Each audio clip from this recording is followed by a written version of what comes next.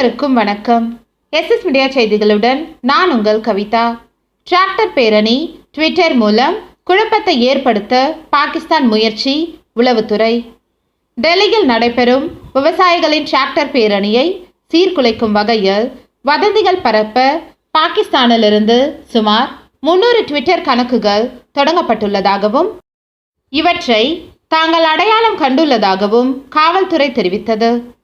வேளாண் சட்டங்களை ரத்து செய்ய கோரி டெல்லியில் விவசாயிகள் 2 மாதங்களாக போராடி வருகின்றனர்.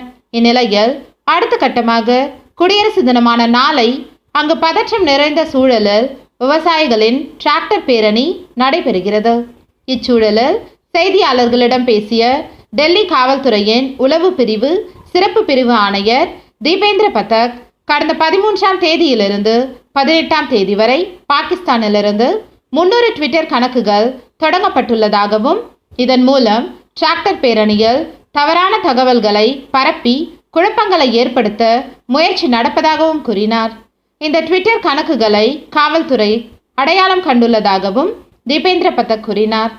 குடியரசு தின அணிவகுப்பு முடிவடைந்த பின் டிராக்டர் பேரணிக்கு அனுமதி அளிக்கப்படும் என்றும், எனினும் இப்பேரணியை அசம்பாவிதங்கள் ஏதுமின்றி நடத்துவது சவாலான பணியாக இருக்கும் என்றும் அவர் கூறினார். இப்பேரணியை அமைதியாக நடத்த பஞ்சாப், ஹரியானா, உத்தரப்பிரதேச காவல்துறையுடன் இணைந்து விரிவான திட்டத்தை வகுத்துள்ளதாகவும் தீபேந்திர பதக் கூறினார்.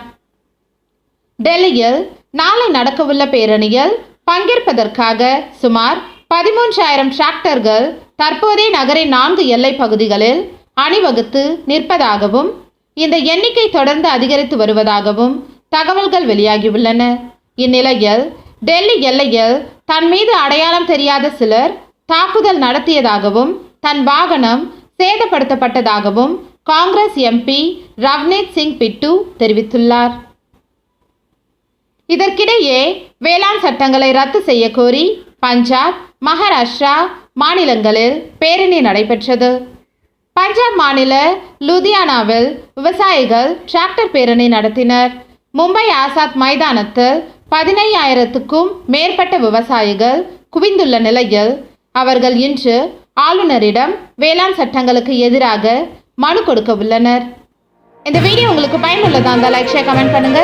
மேலும் செய்திகளை தெரிந்து கொள்ள எஸ்எஸ் மீடியா சேனலை சப்ஸ்கிரைப் பண்ணுங்க. கூடவே பக்கத்தில் இருக்க பெல் ஐக்கானை கிளிக் பண்ணுங்க. நன்றி, வணக்கம்.